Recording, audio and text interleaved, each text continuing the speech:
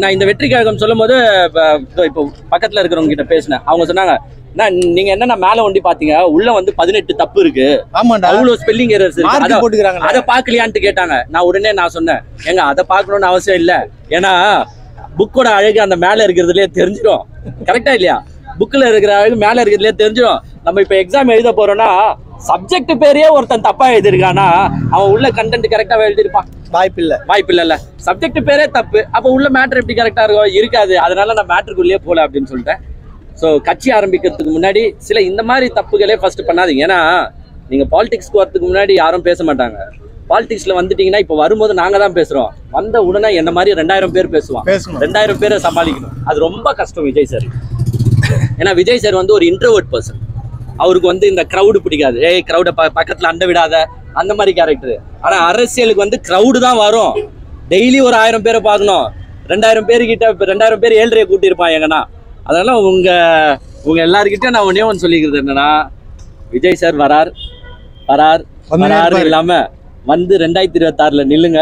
நின்னு என்னதான் ஆகுதுன்னு பாப்போம். அப்புறமா வந்து ஒரு அதாவது என்னன்னா இவரு நினைச்சிட்டு இருக்காரு. சைட்ல இருந்து கேட்டாரு, சப்போஸ் ஜெயிஸ்டார்னா அதுக்கு எங்க அண்ணன் சீமான் பாஷையிலேயே நான் சொல்லிக்கிறேன், வாய்ப்பில்லை ராஜா. அந்த மாதிரி கதை தான். அவர் ஃபர்ஸ்ட் எம்எல்ஏ நிக்க மாட்டாங்க. ரொம்ப கஷ்டம். பாலிடிக்ஸ் வந்து நம்ம பேசுறோம்னு மக்கள்ன்றது ஓட்டு போட்டுருவாங்க எல்லாருமே. மக்கள்ன்றது வந்து அப்படி போட மாட்டாங்க. ரொம்ப கஷ்டம். நடிகர்கள் நீங்க சொல்றீங்களே, சரி ராமராஜன் வந்தாரு, ஷைனா நாரா அவரும் வந்தது பீக் டைம்ல தான். சிவாஜி வந்தாரு, ஷைனா நாரா பீக் டைம்ல, ஷைனால. விஜய் சாரும் பீக் டைம்ல வந்திருக்காரு. என்ன ஆக போறாருன்றது வந்து பாப்போம், பொறுத்து பாப்போம். நான் ஒன்னும் தப்பு சொல்ல. ஒரு 200 கோடி 300 கோடி விட்டுட்டு வந்திருக்காரு. 200 கோடி 300 கோடி அவர் சொன்னாரா? என் சம்பளம் சொன்னாரா? நாங்க அதுக்கும் கேட்டோம். இப்போ விஜய் ஃபேன்ஸ் எல்லாம் சொல்றீங்க 150 கோடி 200 கோடி அவர் சம்பாதிக்கிறாரு அப்படின்னு சொல்றீங்க ஒரு படத்துக்கு. எங்க விஜய் சாரை வந்து நான் 150 கோடி தான் சம்பாதிக்கிறேன்னு சொல்லுங்க. டாக்ஸ் எவ்வளவு கட்டறன்னு தெரியும். சொல்ல ஐடி ரைடு தான் நெக்ஸ்ட் வரும் அவர் வீட்டுக்கு. ஏன்னா வாங்குறதே வந்து கருப்பு பணம் தான் இவங்க வாங்குறது ஜாஸ்தி. 150 கோடியில எப்படியோ வந்து 90 கோடி கருப்பு பணம் தான் வாங்குவாங்க. 60 கோடி தான் அக்கௌண்ட் டிரான்சாக்சன் நடக்கும். அதுலதான் ஐடி பே பண்ணுவாங்க. மிச்சம் 90 கோடிக்கு பே பண்ண மாட்டாங்க. இதை தான் நாங்க கேள்வியா கேட்டோம். அரசியலுக்கு வரதுக்கு முன்னாடியே கவர்மெண்ட் ஏமாத்துறீங்க, மக்களை ஏமாத்துறீங்க. டாக்ஸ் பே பண்ணி நீங்க வந்து எப்படி அரசியலுக்கு வந்துட்டு மக்களுக்கு நல்லது செய்வீங்கன்றீங்க? எனக்கு ஒன்றும் புரியலையே. அப்படி விஜய் சார் வந்து நல்லவரு வல்லவரு, மக்களுக்கு துரோகம் நினைக்க மாட்டாருன்னா நீங்க தயவு செய்து உங்க ஸ்டேட்மெண்ட்டை ரிலீஸ் பண்ணுங்க. நீங்க வாங்கின சேலரிக்கெல்லாம் வந்து உண்மையிலேயே டாக்ஸ் கட்டிருக்கேன்னு சொல்லுங்க. அப்பதான் உங்க ரசிகர்களுக்கு தெரியும் நீங்க உண்மையா எவ்வளவு சேலரி வாங்குறீங்க, எவ்வளவு மறைக்கிறீங்க. இது கேட்டது தப்பா நண்பா? நீ 300 கோடி நீ வந்து 1.25 லட்சம் சம்பளம் வாங்குற. டாக்ஸ்லாம் பிடித்தம் போய் தானே உனக்கு சம்பளம் வரும். நீ அதுல என்ன கருப்பு பணம் வாங்க முடியுமா? உதைப்பாங்க ஐடி கம்பெனில. எல்லாமே ஒயிட் தான். ஆனா சினிமால அப்படி கிடையாது. 70% பிளாக், 30% தான் ஒயிட். அப்ப அந்த பிளாக் மணி எல்லாம் யாரா ஏமாத்துற? மக்களை ஏமாத்துற. ஒருத்தர் வராமையா அவரை பத்தி எப்படி தப்பா பேசலாம்? வராமையா கட்சி தொடங்கிட்டாரு. எங்க இந்த தம்பியை பூச்சி வந்தீங்க? கட்சி தொடங்கி கட்சி பேர் அனௌன்ஸ் பண்ணிட்டாரு. ஆனா உண்மையிலே பாராட்டலாம் விஜய் சார. 1500 பேருக்கு உதவி பண்ணிட்டு கட்சி ஸ்டார்ட் பண்ண ஒரே மனுஷன் உலகத்தில் இருக்குமானா அது எங்க விஜய் சார். படத்துக்கு கூட்டம் வரதுக்குன்னா வந்து கூட்டம் வந்தவங்கலாம் வந்து ஓட்டு போட்டுருவாங்களா? சீமானோட சேர்ந்தா அப்படினா சீமானோட சேர்ந்தா வந்து நம்ம இல்ல நான் சொல்றேன் அவரை விடுங்க. சீமான நான் வந்து ஒரு டயலாக் இருக்கு சூர்யா வம்சத்துல வந்து வாடா விடு. நமக்கு எதுக்கு சூர்யா வம்சத்துல ஒரு டயலாக் வரும். சீரியஸா பேசுமா? இப்ப தம்பி கேட்டாரு விஜய் சார் சீமானோட சேர்ந்தா என்ன ஆகும்னு. சூர்யா வம்சத்துல இல்ல அவரு கேட்டாரு டயலாக் வரும். இந்த உருப்படாத அந்த உருப்படாது கூட சேர்ந்து ரெண்டும் உருப்படாம போக போகுதுன்னு. அதுதான் நடக்கும். ஏன்னா இவரு விஜய் சார் தனியா நின்ன வச்சு உருப்பட்டுருவாரு. ஆனா எங்க அண்ணன் சீமான் கூட நின்னாரு வச்சுக்கோ, கை கொடுப்பாரு, இப்படி கால் வாரி விட்டுருவாரு. 10 பைசாக்கு அப்புறம் அந்த 10 பைசாவை எடுத்துருவா போல விஜய் பாக்கெட்ல இருந்த ஒரு சீமான். அவ்வளவுதான். அதான் அரசியல். இந்த தமிழ்நாட்டுல எவ்வளவு பேர் எவ்வளவு உதவுறான்னு தெரியுமா? பாலாக்கு வாய்ப்பு கொடுங்களா? சிஎம் ஆக்கிடுவீங்களா? அப்புறமா விஜய் சார் என்ன கிழிச்சிட்டாரு, என்ன நொட்டிட்டாரு, அவருக்கு ஏன் வாய்ப்பு தரணும்? ஏங்க இன்னும் அரசியலுக்குள்ளேயே வந்து என்ட்ரி ஆகல. அதுக்குள்ளேயே ஜோசப் விஜய்ன்ற பேரை மாத்தி விஜய் வச்சு அவரு இந்த படம் பார்க்க சொல்லு. அவரு வந்து லால் சலாம் பார்க்க சொல்லு. ரஜினிகாந்த் சார் தெளிவா சொல்லிட்டு போயிருக்காரு. இதுக்கு வந்து பாபா படத்துல ரஜினி சார் தெளிவா சொல்லிட்டாரு, சிஎம் சீட்டுன்னா சாதா சீட்டு யார் வேணாலும் வந்து உட்காரத்துக்கு யார் வேணாலும். ரஜினிகாந்த் சார் ஏன் வராம போனாரு லாஸ்ட் வரைக்கும்? அவருக்கு தெரியும் கதை என்ன, எவ்வளவு கஷ்டம் இருக்கு சமாளிக்கிறதுல. நான் தான் சொல்றேன்லங்க, இப்போ ஒண்ணும் இல்ல, விஜய் சார் யாரும் காலி பண்ண தேவையில்ல, விஜய் சார் அவரே காலி பண்ணிப்பாரு. ஒண்ணும் இல்ல, இப்ப என் முன்னாடி ஒரு